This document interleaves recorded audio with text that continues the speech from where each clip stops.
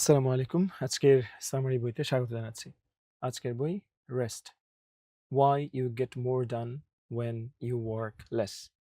খুব ইন্টারেস্টিং একটি name. Rest বইয়ের লেখক অ্যালেক্স সুজং কিম প্যাং। অ্যালেক্স সুজং কিম প্যাং হলেন একজন সিলিকন ভ্যালির স্ট্র্যাটেজিস্ট, গবেষক এবং লেখক। তিনি তার জীবনে অতিরিক্ত কাজের চাপে বার্নআউট হওয়ার পর বিশ্রাম ও কাজের মধ্যে একটি স্বাস্থ্যকর ব্যালেন্স খোঁজার চেষ্টা করেন। বিজ্ঞান এবং সফল মানুষদের জীবন বিশ্লেষণ করে তিনি এই বইটি লিখেছেন।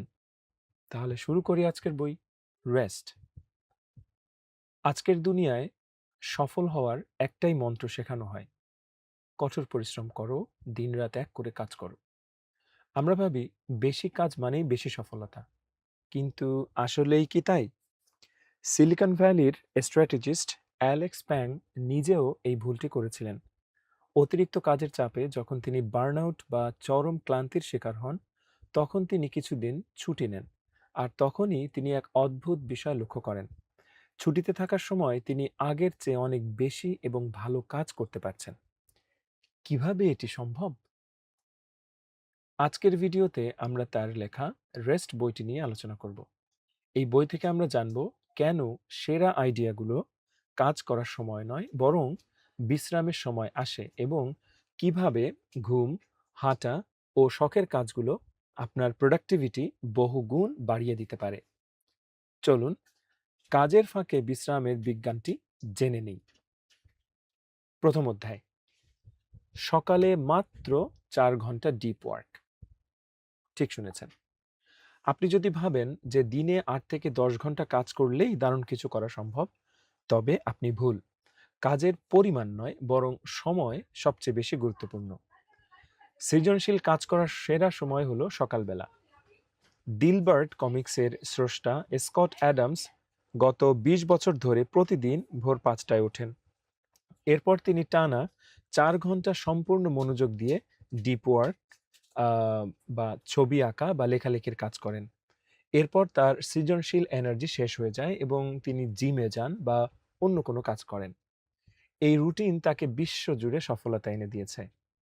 বার্লিনের মিউজিক কনজারভেটরির সেরা মিউজিশিয়ানরাও দিনে মাত্র 4 ঘন্টা নিবিড়ভাবে মনোযোগ দিয়ে প্র্যাকটিস করতেন এবং সাধারণদের থেকে 1 ঘন্টা বেশি ঘুমাতেন।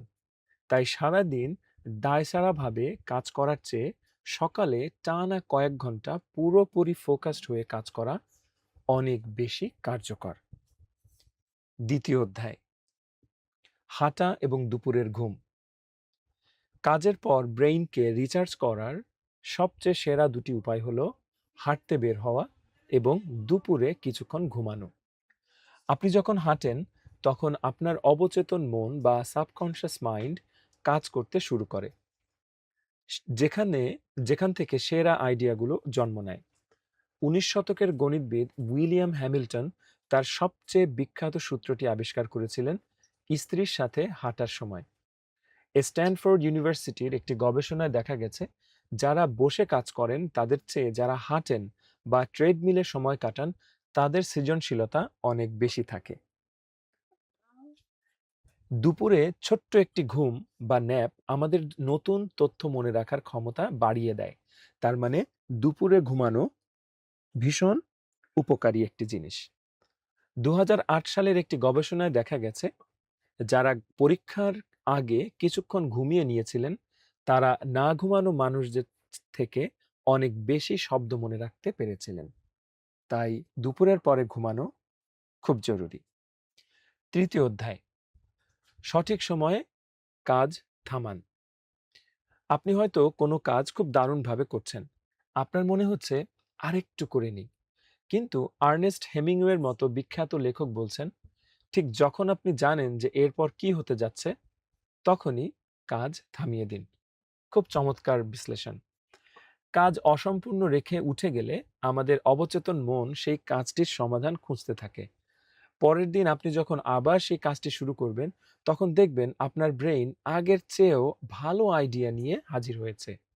তাই কাজ থামানোর সঠিক সময়টি জানা সৃজনশীলতার জন্য জাদুকরী হতে পারে। চতুর্থ অধ্যায়, ব্রেইনকে ধোয়ার জন্য ঘুম। ঘুম শুধু আমাদের শরীরকে ঠিক রাখে না, এটি আমাদের ব্রেইনকে আক্ষরিক অর্থে গোসল করায় বা পরিষ্কার করে। আমরা যখন গভীর ঘুমে অর্থাৎ স্টেজ 4 বা REM স্লিপ মোডে থাকি, তখন আমাদের শরীর গ্রোথ হরমোন এবং মাইলিন তৈরি করে, যা ব্রেইনের মেমোরি ও স্নায়ুর জন্য খুব জরুরি। 2013 সালের একটি গবেষণায় দেখা গেছে, ঘুমের সময় ব্রেইন বিটা অ্যামাইলয়েড নামের টক্সিন বা বিষাক্ত প্রোটিন পরিষ্কার করে, যা অ্যালঝেইমার্সের মতো রোগের অন্যতম কারণ। পর্যাপ্ত ঘুম না হলে মানুষের সিদ্ধান্ত নেওয়ার ক্ষমতা কমে যায় এবং হার্টের সমস্যা থেকে শুরু করে ক্যান্সারের ঝুঁকিও বাড়ে। পঞ্চম অধ্যায়, ছুটি এবং রিকভারি। কিছু মানুষ আছে যারা বছরে একদিনও ছুটি নেন না এবং একে খুব গর্বের বিষয় মনে করে, কিন্তু এটি আসলে বার্নআউটের লক্ষণ। গবেষণায় দেখা গেছে, যারা বছরে ছুটি নেন না তাদের হার্ট অ্যাটাকের ঝুঁকি অনেক বেশি থাকে। ছুটি ছাড়া একটানা কাজ করলে কাজের প্রতি আগ্রহ কমে যায় এবং বিষণ্ণতা তৈরি হয়। ছুটি কাটানোর সময় 4টি বিষয় খেয়াল রাখবেন। প্রথমটি হলো রিল্যাক্সেশন, সম্পূর্ণ চিন্তামুক্ত থাকা। দ্বিতীয়টি কন্ট্রোল, নিজের রুটিনের উপর নিয়ন্ত্রণ রাখা, যেমন অ্যালার্ম দিয়ে না ওঠা। মাস্টারি, কোনো শখের বা চ্যালেঞ্জিং কাজ করা, যেমন দাবা খেলা। এবং 4, ডিট্যাচমেন্ট, দৈনন্দিন কাজের পরিবেশ থেকে নিজেকে শারীরিক ও মানসিকভাবে দূরে সরিয়ে নেওয়া। ষষ্ঠ অধ্যায়, ব্যায়াম ও ডিপ প্লে। নেলসন ম্যান্ডেলা জেলখানায় থাকার সময় প্রতিদিন 45 মিনিট দৌড়াতেন, 100টি পুশ আপ এবং 200টি সিট আপ দিতেন। এই ব্যায়ামই তাকে মানসিকভাবে শক্ত রেখেছিল।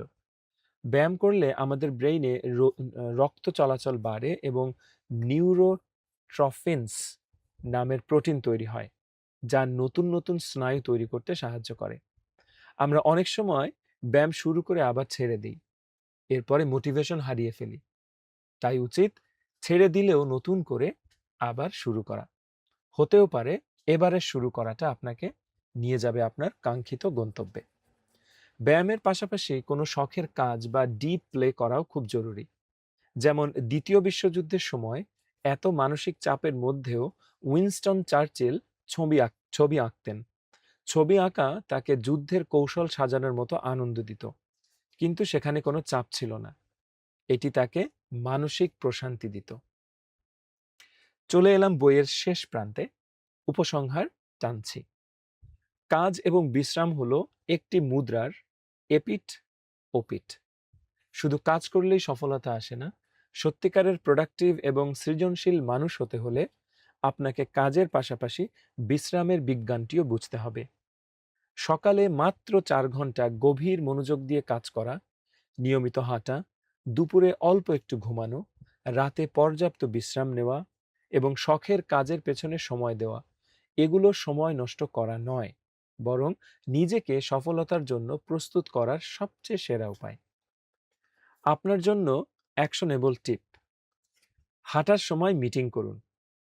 ফেসবুকের প্রতিষ্ঠাতা মার্ক জাকারবার্গ গুরুত্বপূর্ণ মিটিং বা নতুন কর্মী নিয়োগের সময় অফিসে বসে কথা না বলে তাদের নিয়ে হাঁটতে বের হন।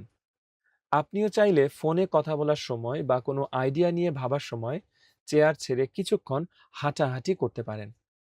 দেখবেন আপনার ব্রেইন অনেক দ্রুত কাজ করছে। এই ছিল আজকের বই rest, why you get more done when you work less. অল্প কাজ করে বেশি শেষ করার বিজ্ঞান।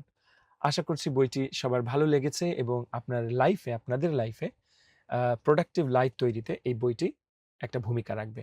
ভালো থাকুন, দেখা হচ্ছে পরের বইতে। বাই।